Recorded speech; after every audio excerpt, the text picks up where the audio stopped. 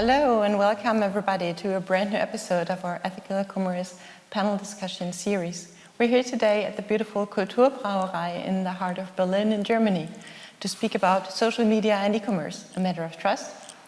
For this, I have invited three wonderful guests that I would like to welcome. First of all, there is Christina Dinar from the Leibniz Institute for Media Research, Hans-Bredow-Institut. She's a designated expert on hate speech and has done extensive research on anti-discrimination projects and more recently, content moderation. Welcome, Christina. Thank you. Secondly, please welcome Pernille Tranberg. Pernille is an independent advisor on data democracy, data ethics, and digital self-defense. Pernille teaches data understanding and is the co-founder of the information platform DataEthics.eu in Denmark. Hello and welcome, Pernille. Thank you very much. And thirdly, please welcome Caroline Helbing. She's an e-commerce analyst and communication strategist with more than 15 years of experience in e-commerce, and she's focusing on product management and content marketing. Welcome, Caroline. Thank you. My name is Nina Müller, and I'm the director of the Ethical Commerce Alliance. So I would like to start with a quote that I read in the New York Times recently. If Instagram and TikTok were brick-and-mortar spaces in your neighborhood, you probably would never even let your teenagers go to them alone. This is quite a drastic statement, but it makes clear the steep decline of trust that we have on social media. Almost weekly, we can read new headlines on privacy violations, lawsuits for data breaches across all the social media platforms all over Europe and in the US. So globally, there is no agreement on what digital trust requires. There's also a lack of clear guidance how to rebuild it. So how can we create a trustworthy environment that allows retailers to offer their products and services when social media fails to deliver? To find answers, we want to look at how these platforms are built and how we move around in them and how we interact with each other on there. So my first question, Christina, is for you. Can you please tell us a bit about your work? What is content moderation? What is user-generated content? And why is content moderation necessary on social media? Oh, yes. First of all, user-generated content is actually quite diverse. We have text, we have audios, we have visuals. That is contributed by users themselves. It can be any kind.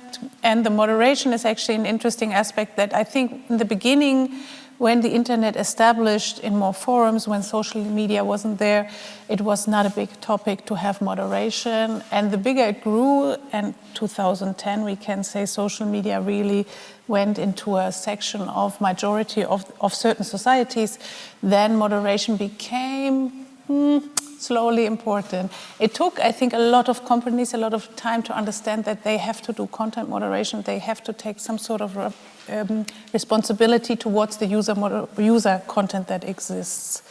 So that's kind of the overall wrap-up.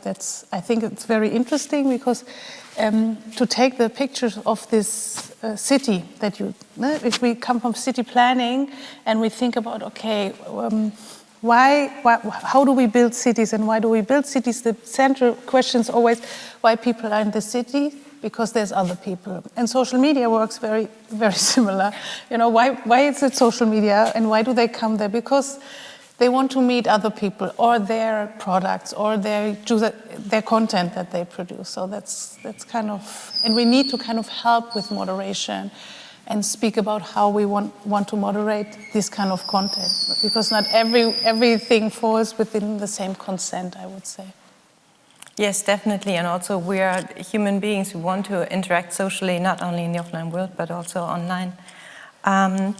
Any comments from you, or should I just go on? No, I think that's the main overall problem with social media is that it's a place where I want to meet other people, and now we put commerce into it, and it's not a commercial platform. It's not by default a commercial platform. So it's a case that suddenly we need content moderation, we need a lot of other regulations because it's built for something else. But that's typical.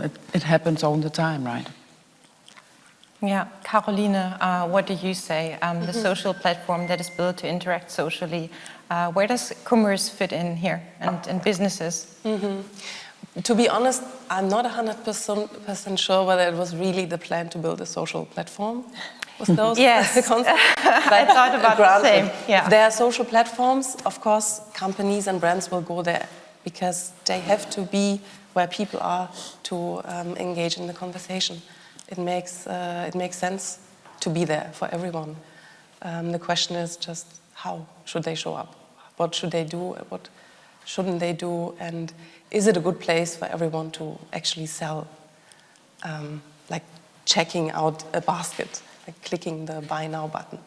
That's, I think, the question. But in general, every retailer, everyone engaging in commerce or every brand should be present where their audience is. I think it's common sense. This is the crucial question, is you find your audience where it is, and when they are on the social media platforms, you go there.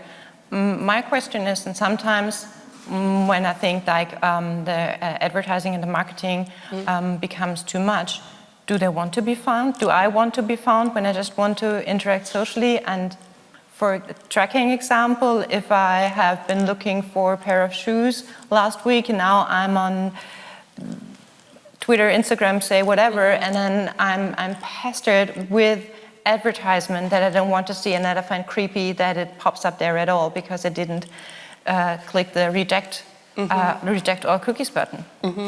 Yeah, I know what you mean. This is this targeting from hell experience. Nobody wants to be stalked like this. Like, aren't you a mother with 3 children under 10 years of age? Don't you need to buy winter boots now? Here's an offer. It's this kind of profiling where you show to the user that you know exactly who they are. That is really weird, really creepy, as you say. But what is interesting is that there has been a survey that more than 70% of those who were asked confirm that they feel not well addressed if some content shows up they cannot relate to. So we do expect from how the internet works today, everything works with a certain kind of targeting. Yours and yours and yours and my Google front page will look different. Even if we search for the same term, we'll have different results. So there is no neutral content. It is always pre-selected for us, and we expect this.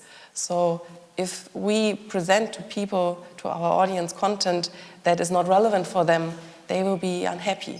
They will be annoyed, and this is a very bad start for a customer-brand relationship. So we should show something that is relevant to them. For this, we need data, but it should not be like manipulating or boasting that you know everything about the person. This is not a good way to help people find what they want. Yeah, no. And do you think it should be? Sorry, Pernille. No, I think as a brand, you really have to be careful not to be creepy, because if it's too creepy, as a customer, some customers at least would leave. I've left Instagram because it was simply too creepy. So that's I think especially some of Meta's social media I would stay away from because it gets creepy, and a brand should be careful not that creepiness is not rubbing off on their brand.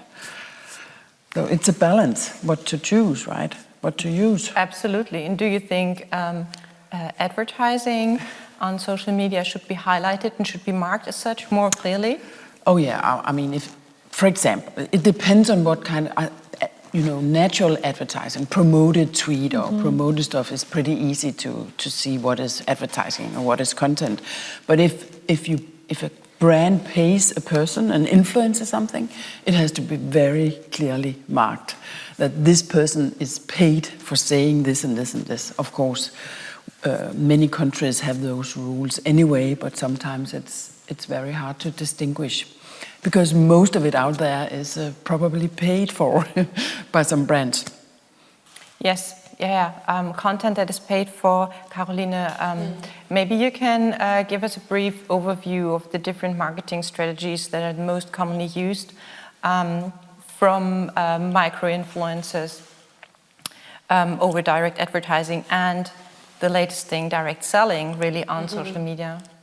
Can you tell us a bit about that? Yes, of course. Well, most important and most commonly known is probably the ads, advertising. We all remember Mark Zuckerberg in court saying, "Senator, we run ads."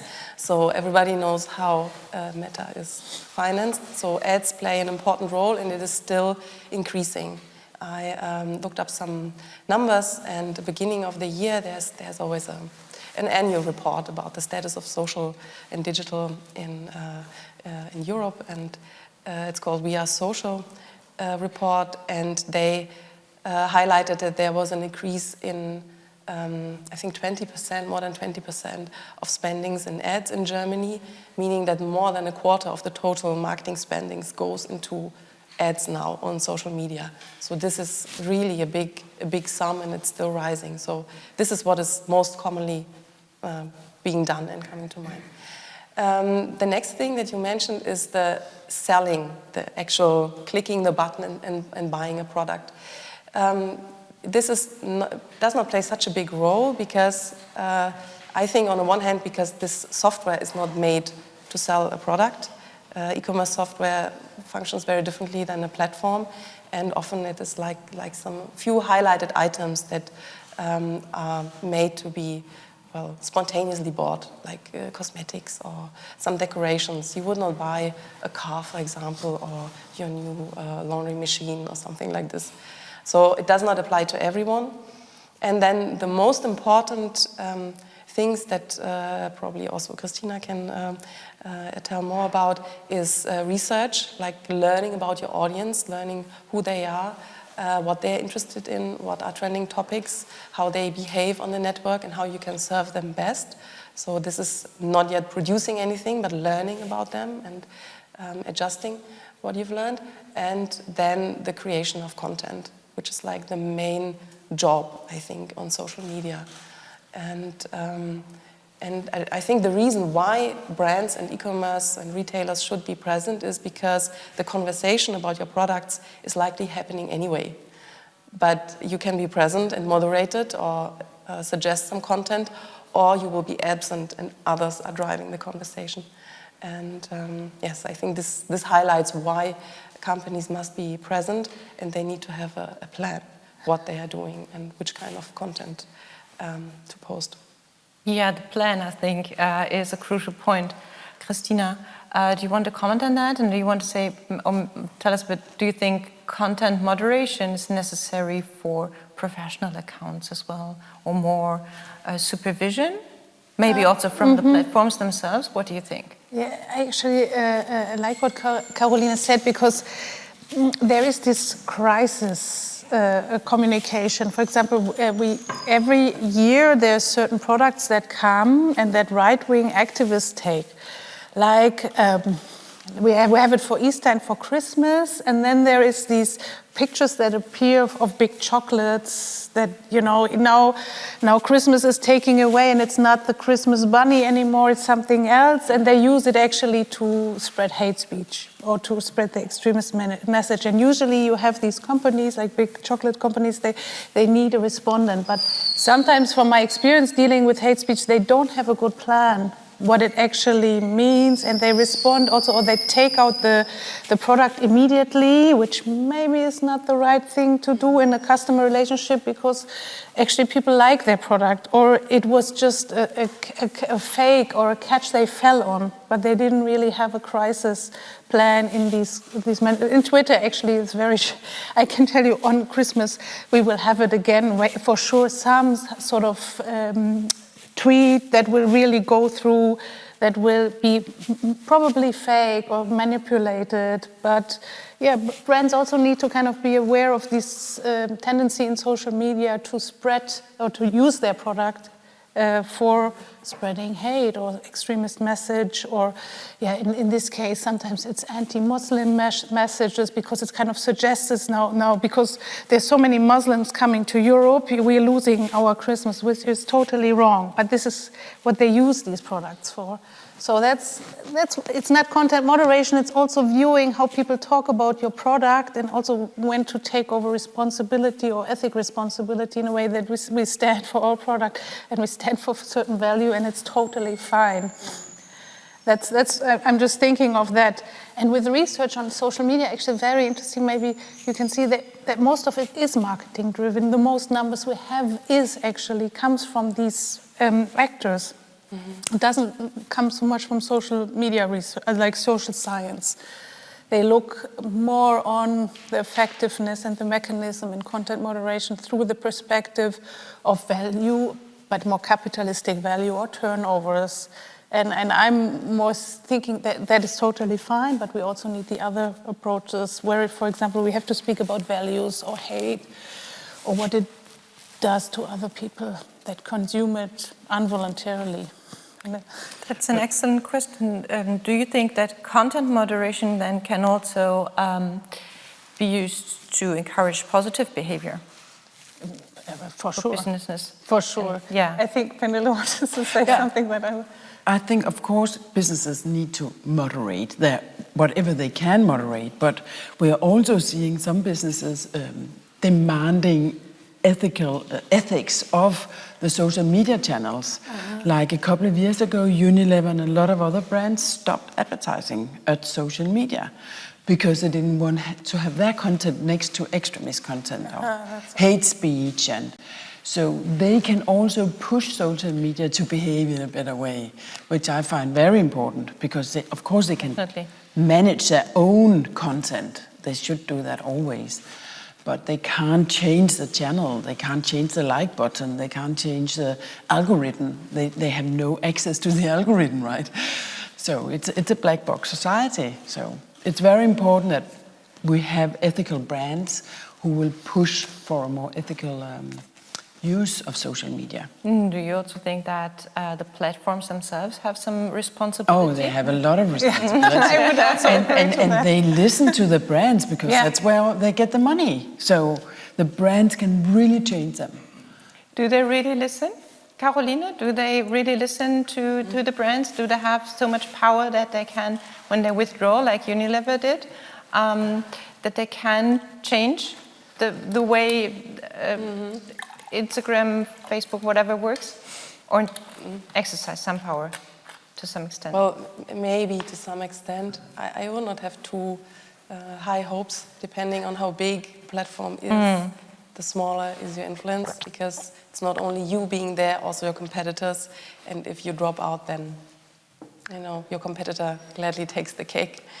But I think a very good strategy that we should mention here for companies, for brands and social media is, just as Pernille said, you don't make the rules. You, strictly speaking, don't even own the content. I'm not sure whether everybody is aware of this. You post your photos, you post your content, your graphics, but you don't own it anymore. Meta can do with it whatever they like. So and that is a huge problem. And I don't think there is no awareness for that from individuals. Yeah, they might do it anyway, but it is important that everybody really knows. So an important part of the strategy for any professional is to bond with the client, with the audience on the platform where they are, but then find a way to take them to your own channels, to your own newsletter, website, blog, whatever you have. Because you cannot make the rules. You can try to influence the platform, but you cannot make the rules. They will never accept it. This is the business model. They are the man in the middle, which you cannot circumvent. So when you do some campaign, when you do something, when you post something, make sure that your call to action leads away from the platform. It's difficult enough to get people off the platform because it's so attractive and addictive, but just try to carry the conversation to your other channels. I agree totally, because the platforms will collect so much data that some of your users might also be annoyed about that. So I would just use the social media platforms as what they are, as marketing platforms, to get them onto your own platform. That's deadly important. That's where you get the data, that's where you rule.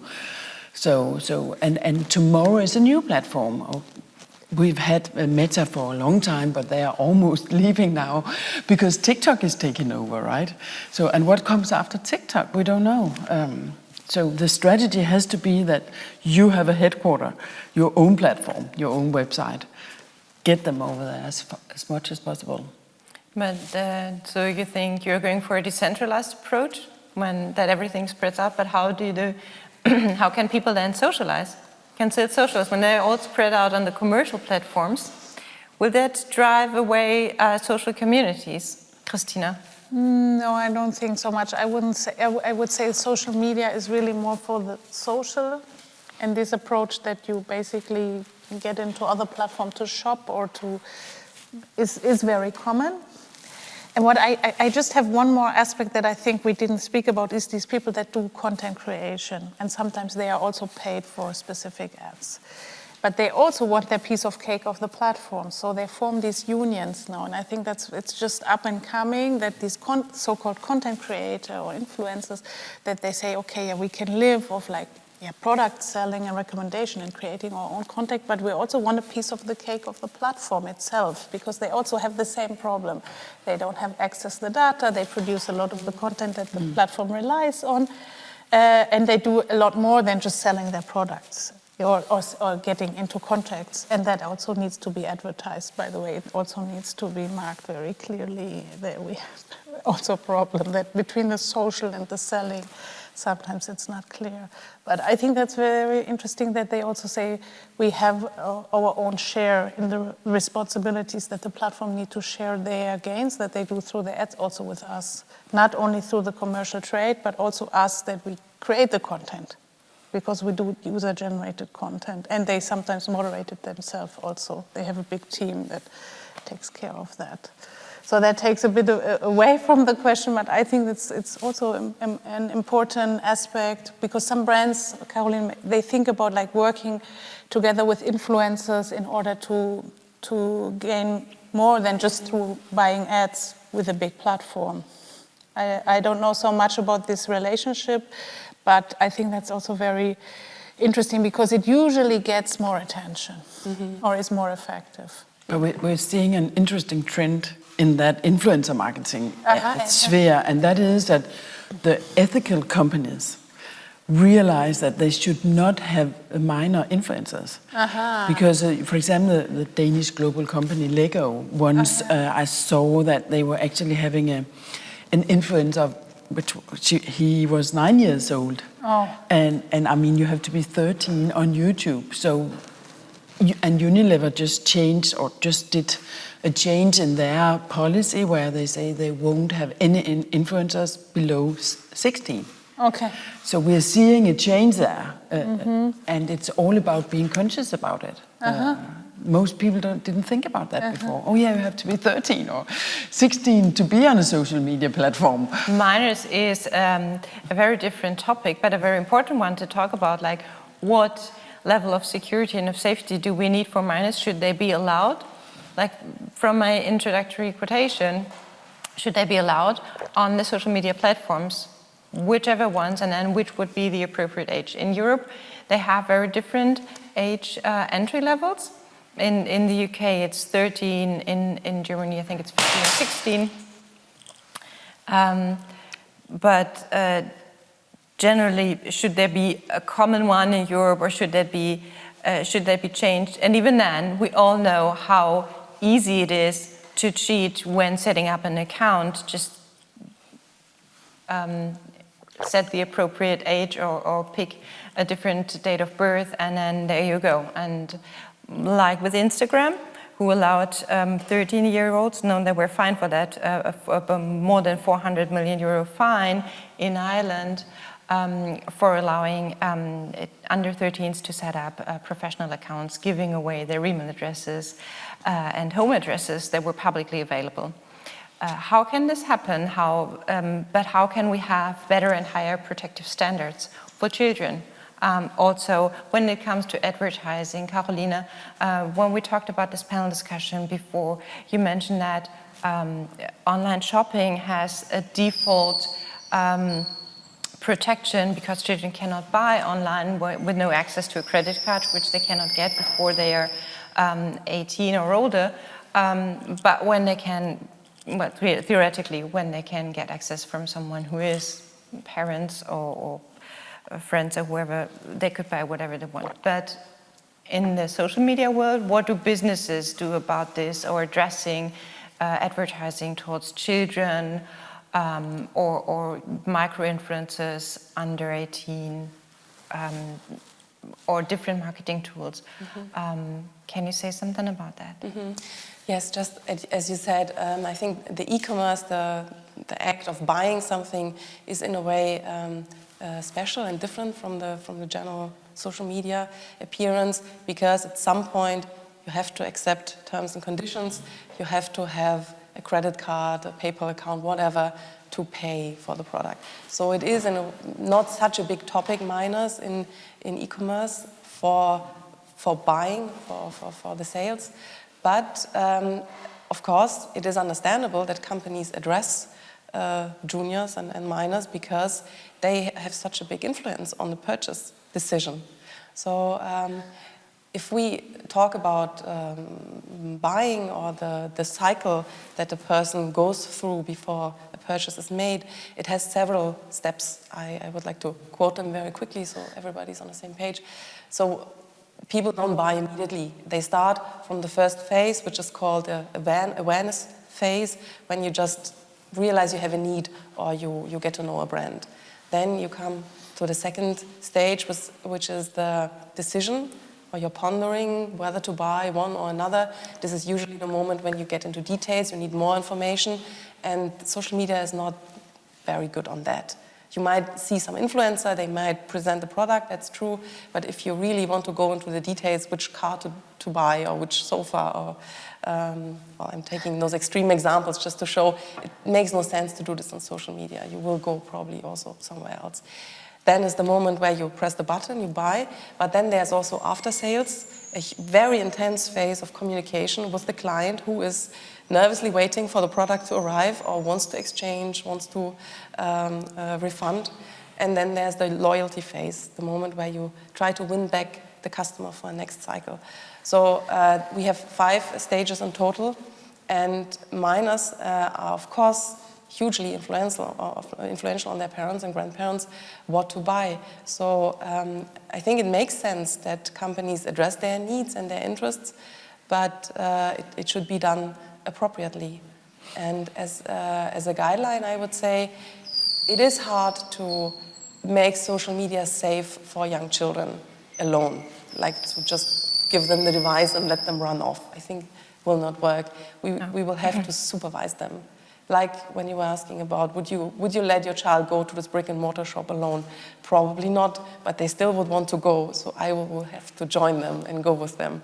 And then it is easier to navigate, and it is our responsibility as parents to make sure they are safe. So, but I think this is very complicated because many, even adults, are not aware, and there's no sufficient information and around and safe information how to protect your online privacy. But this is a good question for Pernille, because you educate people on that topic, and adults especially, but also children sometimes. Can you tell us more about those courses and the questions that you get? Yeah, but first of all, just to finalize this, yes, absolutely. There's a reason why you have to be minimum 13 on social media, and that is because if you use data to profile and to put messages towards you, it's too manipulative for children, and that's why we should protect them. And they are being manipulated. Grown-ups are being manipulated as well, but especially children. So I do think that the platforms have a huge responsibility. They just say, well, you have to be 13 or 16 to be here, and then they can lie about it. They should have some kind of a parental consent or age verification process, which, for example, Lego has. They have a parental consent process. Do you know how this works in detail? Like also They make sure that the parents have said yes, so their kids can go online, and there are more than 50 million kids on their social media platform. So you can easily do that, but nobody has demanded that of YouTube or Instagram in the US. Nobody has demanded that. The UK has just made an age-appropriate design legislation.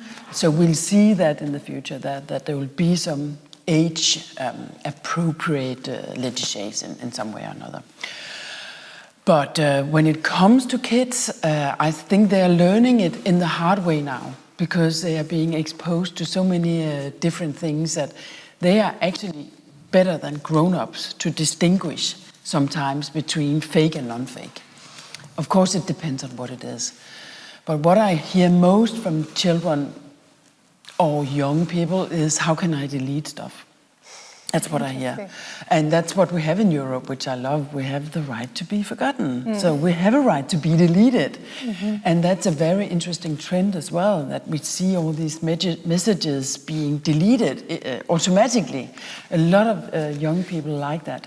And that's a big difference from the older generation, who will archive a lot of stuff and save our pictures and everything, and they just want to have it deleted so they can get on in life, and nobody can get back at you and say, and abuse the content against you later. So the deletion is a big topic. But of course, I'm also teaching stuff like how you should behave as a public person online, because the difference between being private and public is huge. And a lot of platforms say you can be private when you use Messenger. You can't be private if you use anything from Meta, for example. So it's very important to discuss with them what is private. You define what is your privacy. What do you want to keep private? Here are some of the issues you should think about. You should maybe keep away from those platforms.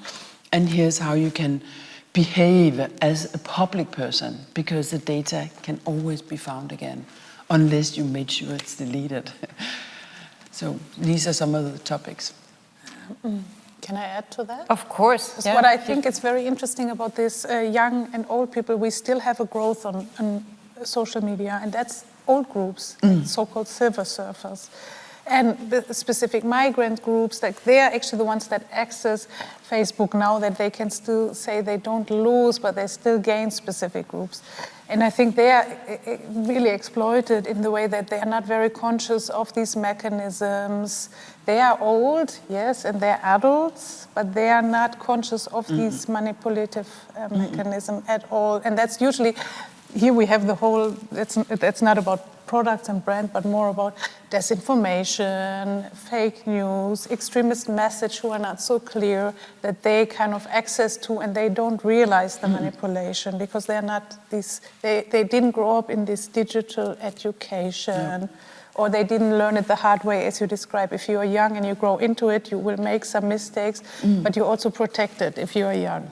You can return products, you can say, contract is not valid, all these kind of mechanism exists, but with old people, it's actually, it's a total section that's not so well looked into, but that is a problem of society in a way. Not so much of brands, because they can order, they have the money or they don't, but more about the manipulative technical things behind social media.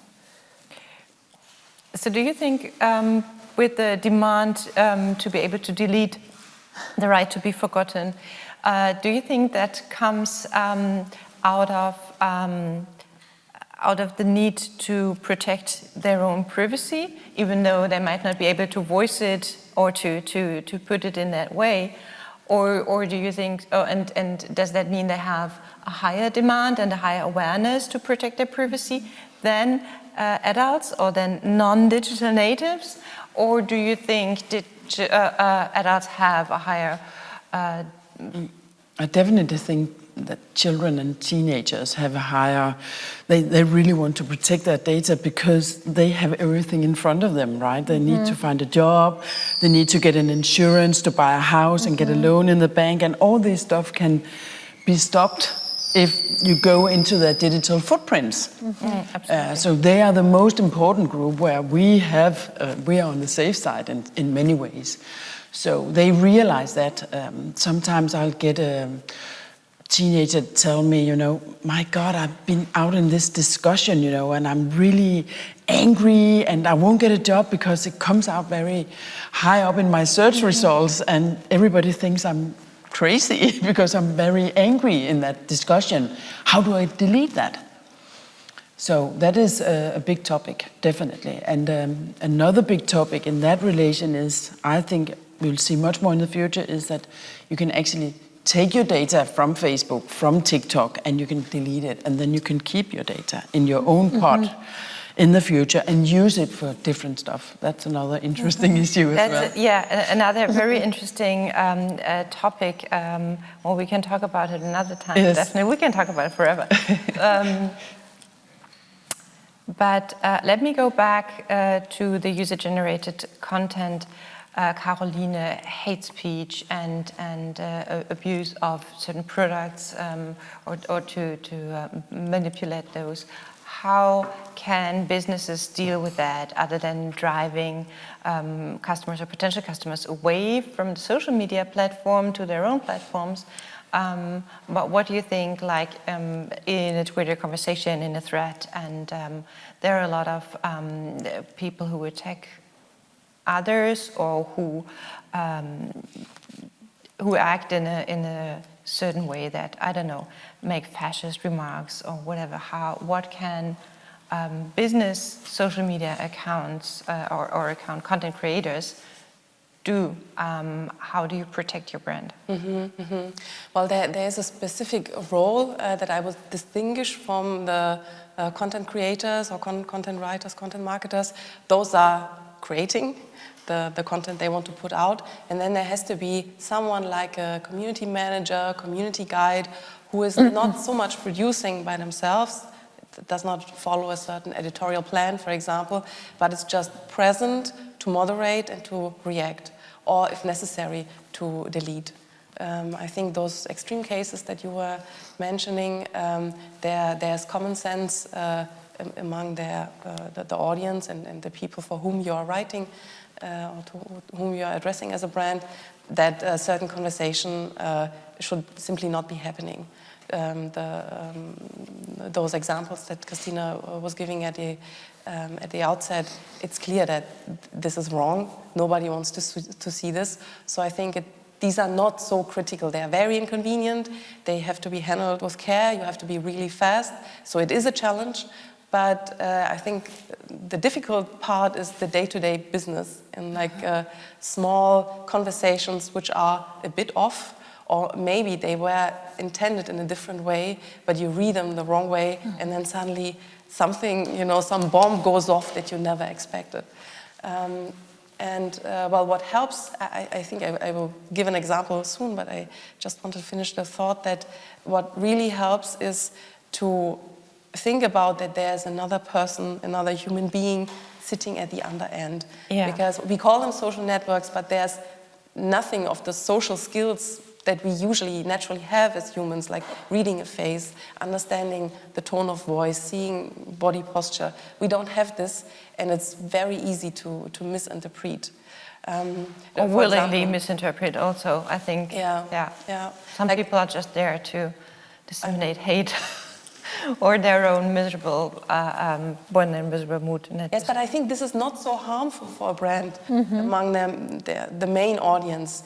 What is difficult for you is a criticism that is unjust. But it was not. It was the fault of the person who used it, misused it, or else that you as a company behave inappropriately at that moment. For example, there was a true case. A gentleman on Twitter was was writing to a restaurant chain saying, hey, pizza restaurant, your app is crashing all the time. It's the 5th time my order is gone. Don't you care? Is nobody looking into this? And they were replying, more or less friendly. And at the first look, it does not look so dangerous. They just said, hey, thank you for your message. Will you kindly forward this to this email or to this page so our developers can look into this? And what they did not know or did not research, they should have done, is that this gentleman was not a no-name. He was running an IT blog. He was very savvy on this area. And of course, he was reacting the way that everybody of us immediately reacts, like, well, no, I'm hungry.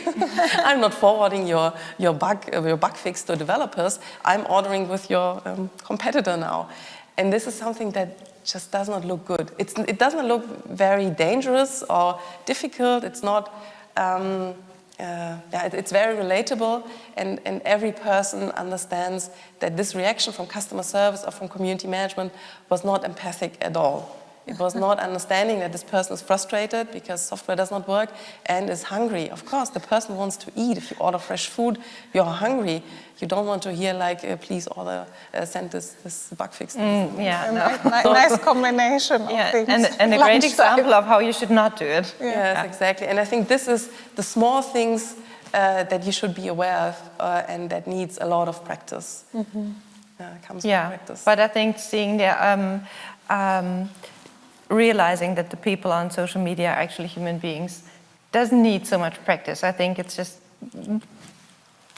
actually common sense. I don't know why it is so easily forgotten, because we're all sitting behind computers, and then we're all demanding more privacy and higher privacy standards, and we're looking into ways of how to protect ourselves better. But then, Christina, don't the people who spread hate speech are better protected then as well? Yeah, in a way, yes. But the thing is, if we make laws, or I'm really thinking of panelists that you can take your data and store it for yourself. I really like this idea, very much appreciate it. So they could also do it too. But the thing is, we are a democratic system. If we make rules, they apply to everyone, also those ones who spread hate speech. That doesn't mean that they couldn't be held responsible for their behavior or the content that they spread. I think that's more, the rules are for everyone the same. But the thing is also to take care in the little sense. If you look on extremist message, not on products, it's also to see that something's coming and to anticipate and to also confront them with some sort of responsibility on these online behaviors. I mean, where are we in the world that, Trump took so many years and he really spread a lot of hate speech that we could say that way. And he was still there all this time. And it took a long time to say, now is enough. Actually, 2 weeks before he left the office. So I really like this idea of Caroline to be more anticipated, to see it more front. This is something I think where commerce and dealing with hate speech can learn from each other, to be very conscious and empathic and aware, and also to make these people accountable or help the platform. And also acknowledge that we'll never make these platforms sober. It's never going to happen. No. They're never going to be a democratic player. It's a commercial platform, and there'll be more shit out there than there'll be good stuff. And that's the hard part of it, that we are now dependent on those social media platforms. I hope we'll see a new social media platforms where it's much more neutral, where we can control our own domains, where it's based on open source, it's not based on, intransparent algorithms, I wish we had one in Europe, which was open source, where we could go and do shopping, where we would not be manipulated with. I hope we can do that one day. I think it will be a possibility. And if we talk about digital sovereignty in Europe, we should have a platform, so we're not dependent on neither the US platforms or the Chinese platforms. And they're so intransparent that we're talking about helping them become more trustworthy. We'll never manage that. No, I don't think this is not what they are playing at. No. This is not how those platforms are built and designed. But maybe when we can find ways to protect ourselves better, everybody can set their own and demand higher protection. And if everybody rejects this, I think together we can make a difference. When everybody rejects cookies, and then when everybody is taking the necessary steps to move around in social media in a way that is protective and is not and assumes some sort of responsibility for whatever they say. I think then this might lead those platforms to rethink and adjust over time, because they're forced to adjust, because this is what the people, the users, and how they make money in the end demand. Yeah. Caroline, any comments? Well, it's maybe just a side topic. I just wanted to mention that the whole GDPR is a big challenge for retailers and for e-commerce too, because what we were just discussing that we expect from social media is what is expected from online shops as well, that you store this data securely, that you have it at hand, that as soon as a client comes and says, please delete everything, but of course not stuff that you still have to show to Finanzamt, right? It's really difficult and challenging. It was just a legal change, and retailers were challenged and were struggling to find a solution for them, for themselves, and we see that it is possible. And well, just to mention, as a user on social media, you are looking for this kind of security of your data. Well, there are people who are working on this, who have to prove that they are complying to it, and maybe also a reason to feel more safe in those own channels by a brand or by a retailer. I think it's an excellent point, but I don't think that the way GDPR is enforced now is an excellent way to be transparent, and it's a tool that businesses are often are forced to show how the cookies are used, but it doesn't help the user, it doesn't help the individual, the shopper, to know where the data is actually going, because it's so vague and no one has time to read it. But I think this is at the same time, an actual opportunity for brands, for businesses to do better once they have drawn people away from social media to their own shops, online shops, to be transparent, to show contextual way how the data is used, how the personal data is used, and to reflect really which personal data they really use. Because a lot of the trackers, and that's a different story and I won't go into detail there, that are being used, and a lot of data that is collected is not necessary at all, and the analytics tools being in use are very often designed in a way that brands are not even aware of, that the analytics tool is also collecting that data, the customer data, and that the brands are paying with the customer's data. And that is not really trustworthy, I think.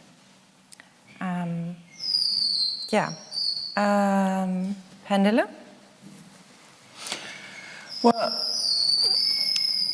we talk a lot about social media, but there are actually social media platforms which we have not talked about, like Discord, or where you'll get the kids today. Where are they? They are out at the games. So, and they should also be 13 out there. But the whole gaming industry and the Discord is an area, a huge area, I think, for e-commerce in the future. And not even in the future, but today, which we have not talked about, which is very hard to understand. I mean, I have a 16-year-old nephew he has a PayPal account and he's dealing with skins. And they can make a lot of money, and most of it is illegal if they do it in the games, so Counter-Strike games. But then they do it outside, and they have ways of which I can't understand what is going on. So there is a lot of regulation here. Yeah, I think it's very interesting, because I thought I can mention you a similar experience. I also have a friend's child who, he's on Instagram. 15, and he runs a very popular account, and he does make some money through it.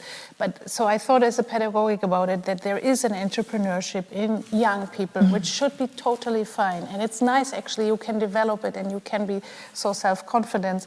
But then we should find some sort of responsibility or some kind of approach how to kind of help them, support them, and make sure, because they're in the section by law that they are not kids, they are young adults. So they have certain rights, and I think that's totally fine. I feel it's important for kids or for young adults to grow up also conscious and be empowered and enabled.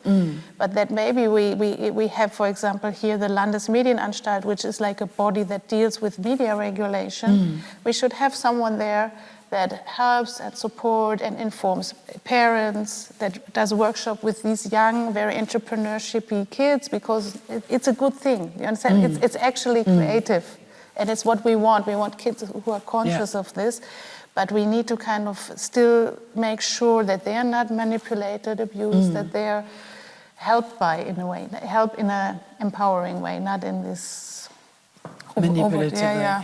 But also, what is also happening with social media and e-commerce is that we are commercializing youth at a very early age. And what does that mean, you know?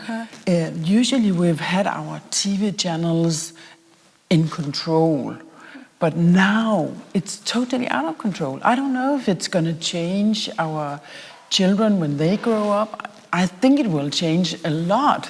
I don't know. I wouldn't go for, I think entrepreneurship, since we are humans, has always existed. Even in, like, we are now in the former East Berlin, the socialism really suppressed entrepreneurship. And if you look at society research, there was always, even when there was no market, there was black market, you know, and there was people producing and doing stuff. So I think that's human spirit in there. And it's fine, but we should make sure all the others who don't go in that logic also get the opportunities. I kind of more think it that way, that we should make sure there's alternative, that this is not the only way to raise and think in this logic, but we need adults, young adults with good ideas for the future. Maybe they build the social media that you asked that will come after TikTok that has the data on. That's what I think. What about the French Be Real? That's a European social media. I don't know how commercialized that is, but I agree. I think we'll see that. Do you know, Caroline, if they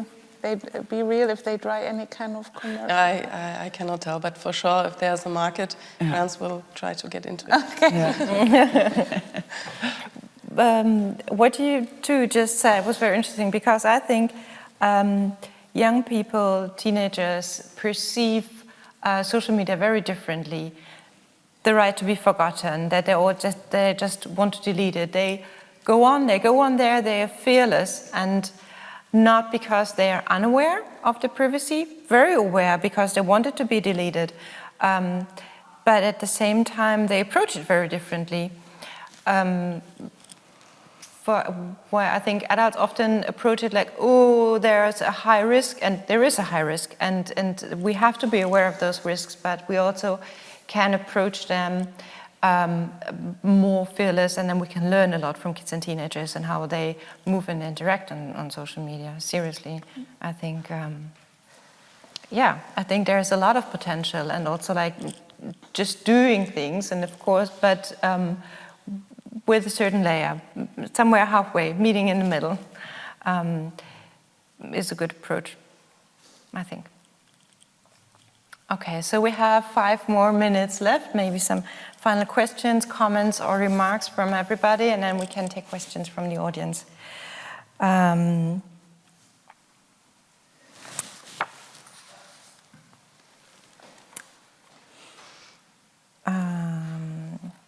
I would continue maybe with a quick idea on what you just said. Please, yes. For social media, as in many other areas of life, I think avoidance is not a good strategy, also not for social media.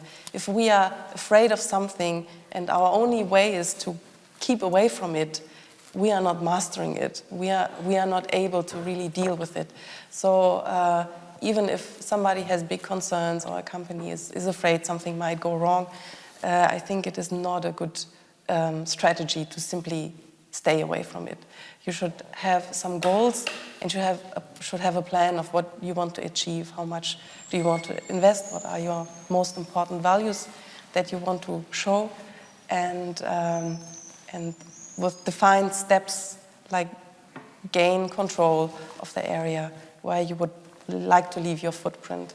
But mastery also for our children, what you were just so beautifully explaining, mastery for our children will not come from keeping them away from everything. They will have to experiment, they will have to try out.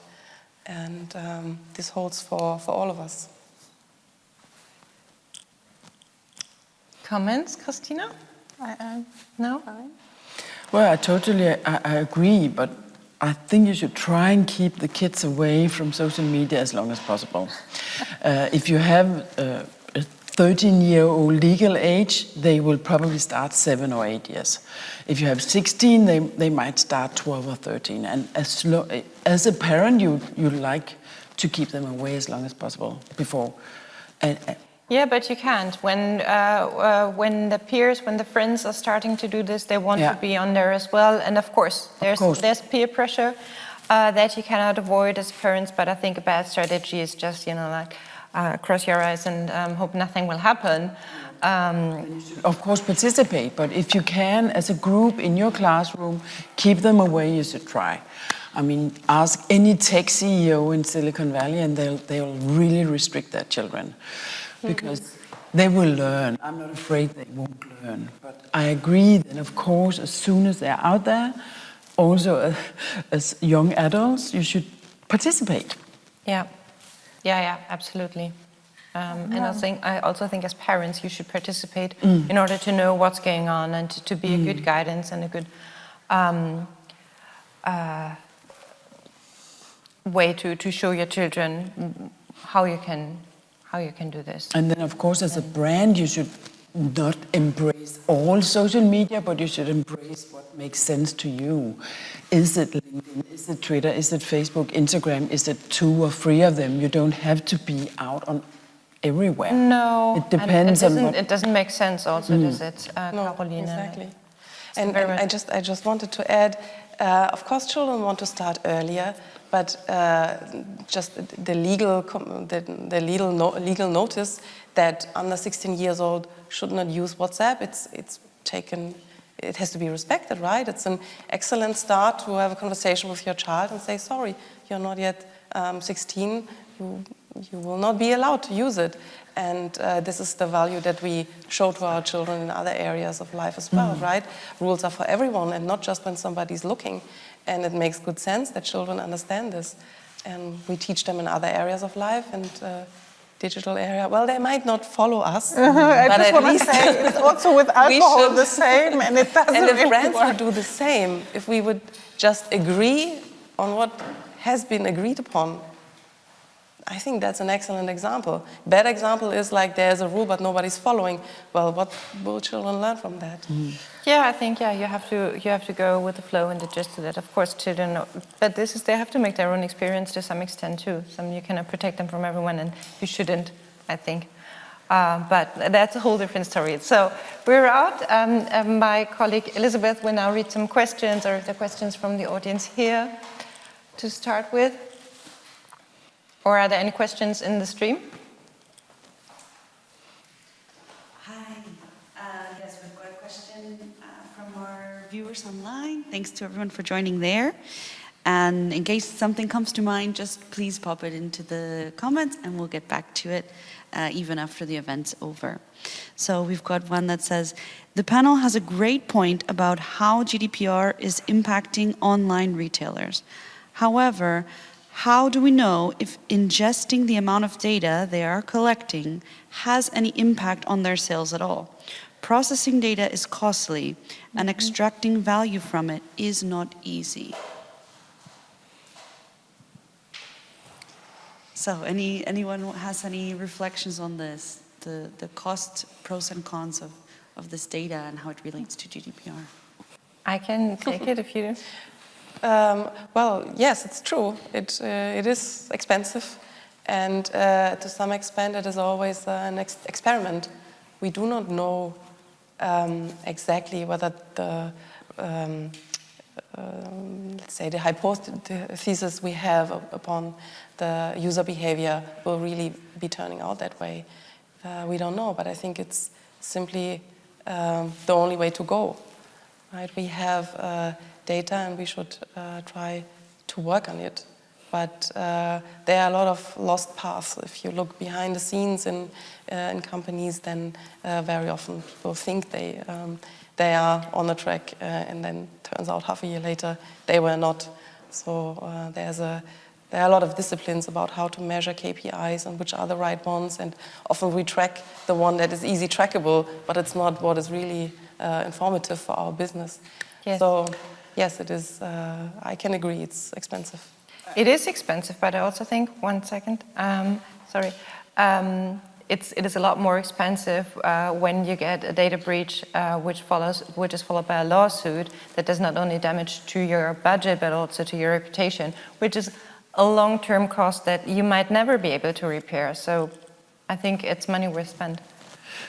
But there's also a new trend is that, 10 years ago we would say collect and use data. Mm-hmm. But the newest trend is that you should minimize data, and maybe you should. Well, I'll give one example. So, like the BBC is testing a way to get new insights without sitting on a lot of data.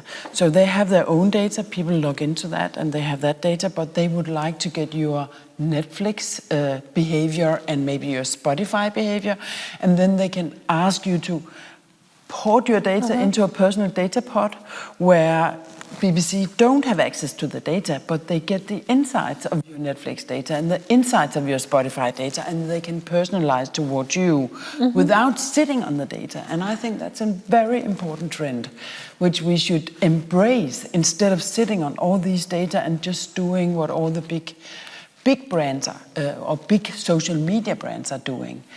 I think that's important.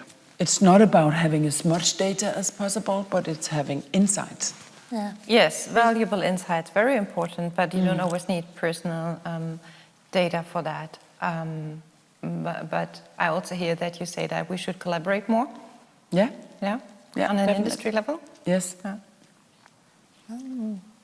Any more questions? I think, Peter, if you'd like to raise any of yours, and then we can pass to anyone here in the audience too. Yeah, sure. So first of all, thank you all for this nice conversation.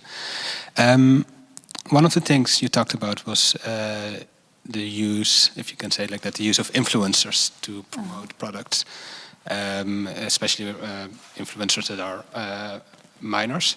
But my question is the use of influencers in itself unethical? Or can it be done in an ethical way? I think it's totally fine, as long as it's marked, transparent. I'm wondering, how effective is that? Maybe Caroline, you can comment on that. Is that a very effective tool? Because clearly those influencers are paid to promote a certain product, and people know this. So is the trust in the people who promote the product higher than in the product itself, or how does this work? Yeah, well, obviously you have to choose wisely who is going to represent you.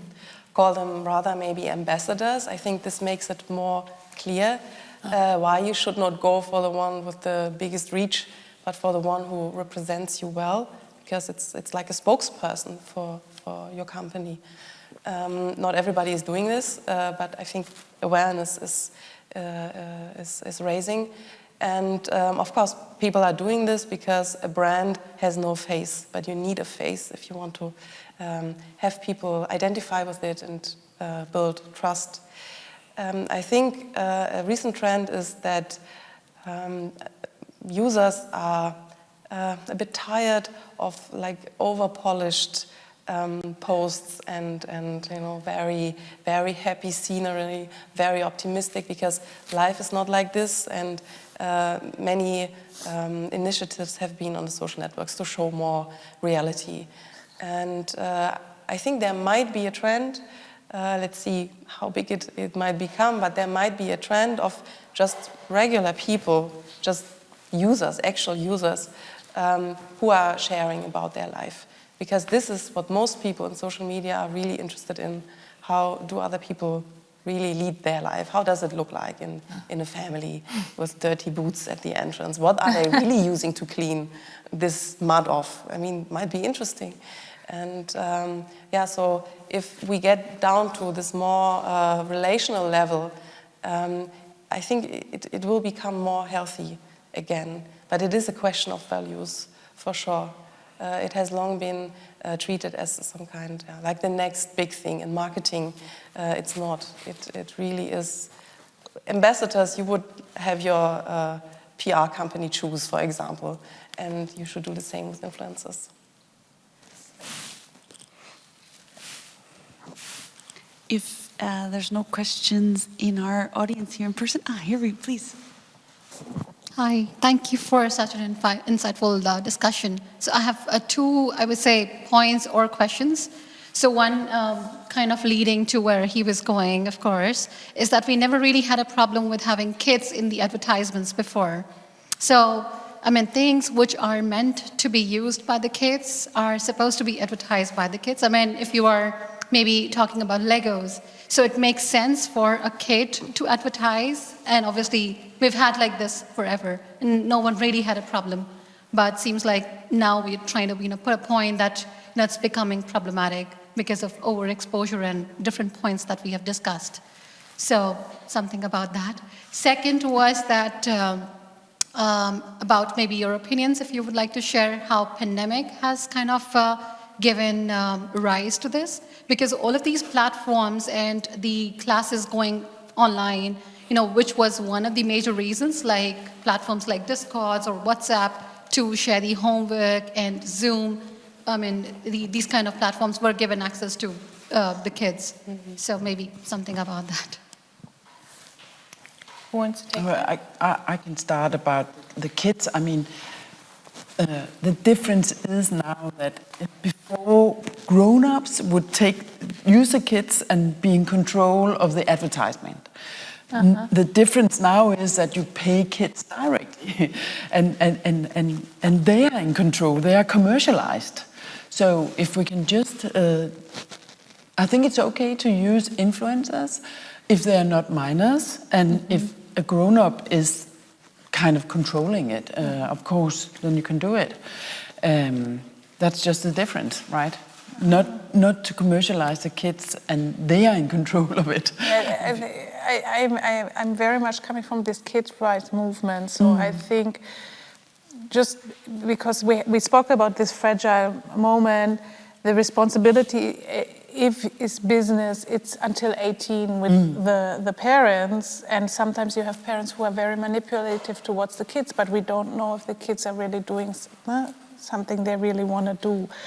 So I am very much for that they are protected. Actually, they have specific rights, and there's actually a big research on these parents who use their kids and publish them on social media, and it's actually their pictures. The parents also own the pictures rights until 18.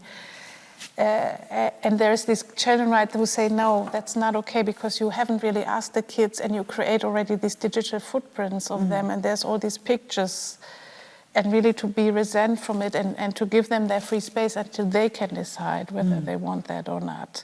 That's a pedagogic approach in working with parents and educating them how do you want to grow up kids digitally, and how also to expose them not so much to the commercialism.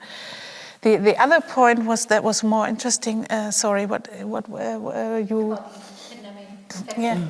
That is very interesting, because I teach also a lot, and I see how the world has changed, okay? And we will not go back to what it was before, but now I do hybrid classes, so I do a bit offline, online, and I think that's very interesting, but I see that we are still learning so much about it, and we are not so well prepared for it, so we need to go through a whole practice.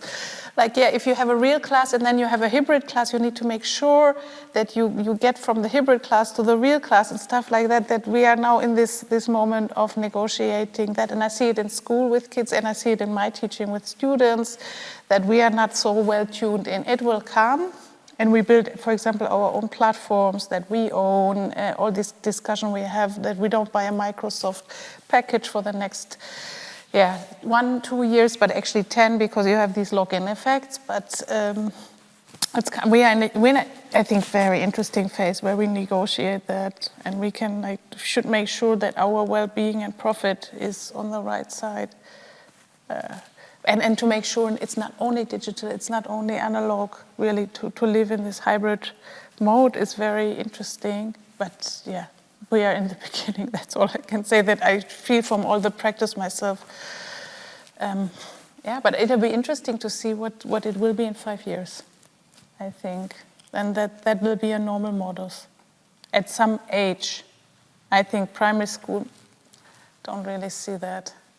But then later, when you grow up, that you grow into this, in this dimension of hybrid working and hybrid collaboration. Thanks, that was really interesting. I was just gonna be the timekeeper here and say we've got 2 minutes left in our event. And in case that the panelists or Nina would like to give any final remarks. And in case anyone's watching online and you've got questions left, don't worry, please share them with us in the comments and we'll be online to answer those later. Great, thank you, Elizabeth. So, any final comments or remarks from any of you? Other than that, I can just say thank you so much for joining us. I think it was a very inspirational talk and a great discussion. Yeah, thank you everybody. Thank you everybody who came and watched this, and thank you everybody who watched online.